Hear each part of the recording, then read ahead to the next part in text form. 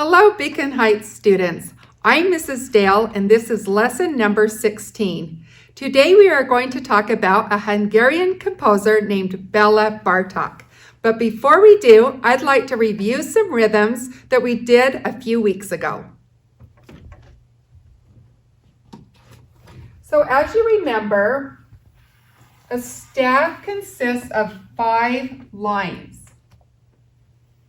Hopefully they're straight. I don't have a ruler.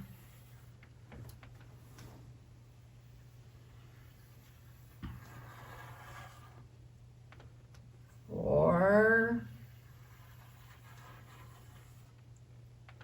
5.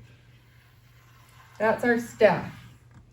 Then we need to do a treble sign, which is that snaky thing that curls around the G line, or it can be called the G clef. So I would like to show you some rhythms. Let's review. This is a quarter note. This is a half note. Eighth notes have stems, like we've talked about before, but what makes them different than a quarter note is they have this bar at the bottom.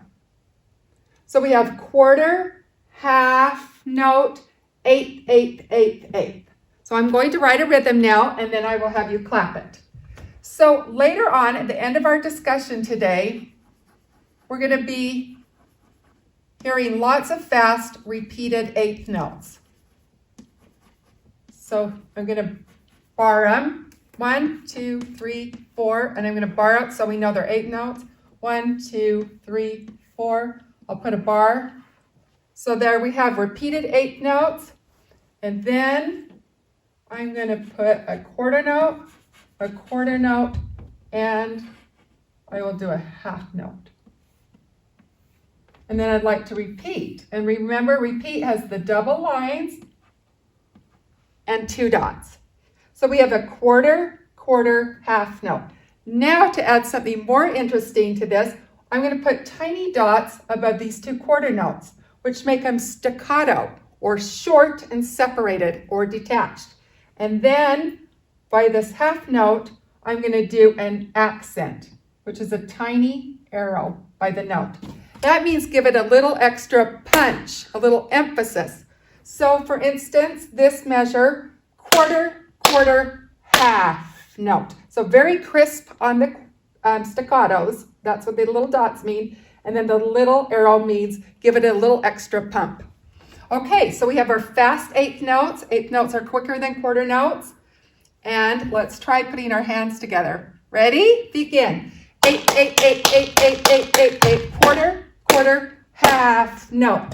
8, 8, 8, 8, 8, 8, 8, 8. Quarter, quarter, half note. Did you get all the details? Music has lots of things that we need to remember. Today we're going to talk about a man named Béla Bartók. This is how you spell it. Bartók. He was born in 1881 in Hungary and lived 64 years and died in 1945. Béla Bartók's music is very different than music we've been listening to for the past few months. As we've moved through the time, his music is more modern, more interesting, it's called atonal. It just doesn't sound like all the other music we've been listening to. When he was very small, his mom noticed that he had great musical talent. And so his mother was his first piano teacher. His father was the director of an agriculture college and was an amateur musician. When Béla Bartók was just 8 years old, his father died, and it was his mother that had to earn a living teaching.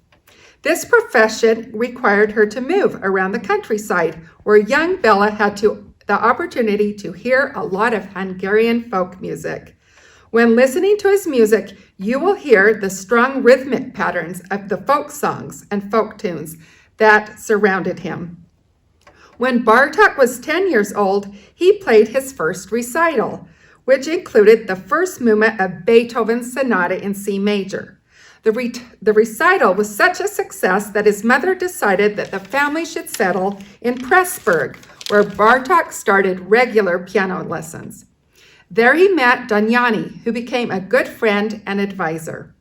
Danyani recommended to Bartók that he enter the Budapest Academy of Music to study piano and composition. While he was there, he became good friends with Kodály, a composer and educator, who was also interested in Hungarian folk music. Together they traveled throughout Hungary and other neighboring countries, recording thousands of old folk tunes. They wrote books about Hungarian folk music. Now, folk music is typically of a known authorship. They don't really know who wrote the song. No one gets the credit, and it's transmitted orally or from one generation to another. In 1907, Bartók was appointed professor of piano at the Budapest Hungary Academy, where he was known as a brilliant pianist. In 1909, he married Marta Ziegler, one of his students, who inspired several of his compositions. He made concert tours of the United States and Russia, playing many of his own compositions. Between 1926 and 1937, Bartók wrote 6 volumes of piano pieces entitled Microcosmos, which means Little World. These pieces, 153 of them, were written for his son Peter. They are used for teaching piano based on Hungarian music. They range from so easy and simple to very complex. Some pieces are only 1 line long. Today we are fortunate to have my twin sister, Miss Annette, play some of these pieces for you by Béla Bartók. In his work, 6 miniatures based on Hungarian and Slovakian folk tunes, she will play just 3 out of the 6. The first one she will play is marked Allegro, and the word Allegro means fast. It is fun and energetic with a simple melody. The second piece she will play for us is actually his 3rd piece from the 6 miniatures. It is marked Largo, and I always tell my students Largo means very slow. That's how you can remember that. It is slow and stately. The left hand begins with a descending scale, going down, descending, and then it goes back up. You will hear this pattern in the left hand throughout this piece. The melody is very sad. Music cannot always be happy and joyful, as you know. So it's okay if you feel a little sad or it kind of makes you think solemn or seriousness. That's okay. The 3rd piece Miss Annette will play for you is actually the 4th one in Béla Bartók's book. It is marked Allegro scherzando. A scherzo means a joke or a playful piece, and it's meant to be humorous. So please enjoy these 3 pieces from Béla Bartók's 6 miniatures.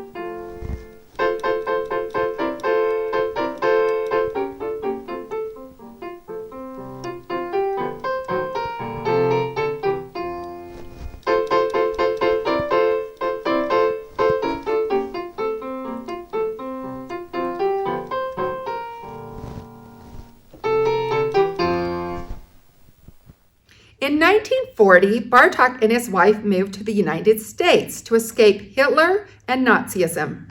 They settled in New York City, where he taught at Columbia University and continued to compose. During the last 3 years of his life, he completed some of his most outstanding works, including Concerto for Orchestra, a Sonata for Solo Violin, and Piano Concerto No. 3. Like I said, he died in 1945 at the age of 64 in a hospital in New York City from leukemia.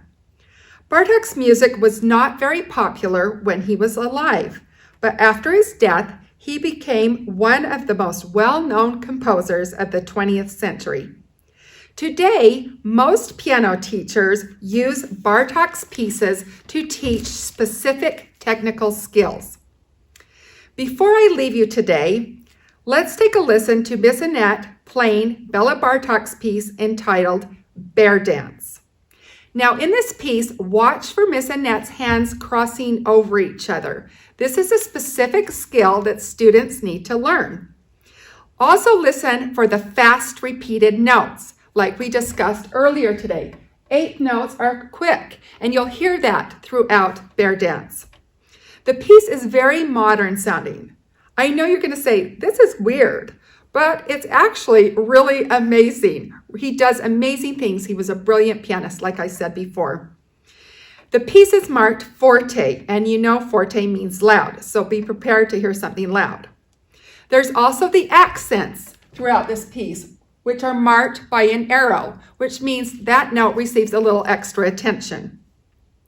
Bartók also uses the technical skill of staccato in this piece, where it is marked with dots above the notes. This means they're short, separated, detached, energetic. I tell my students, it kind of sounds like they're jumping. It's very bouncy and jumpy.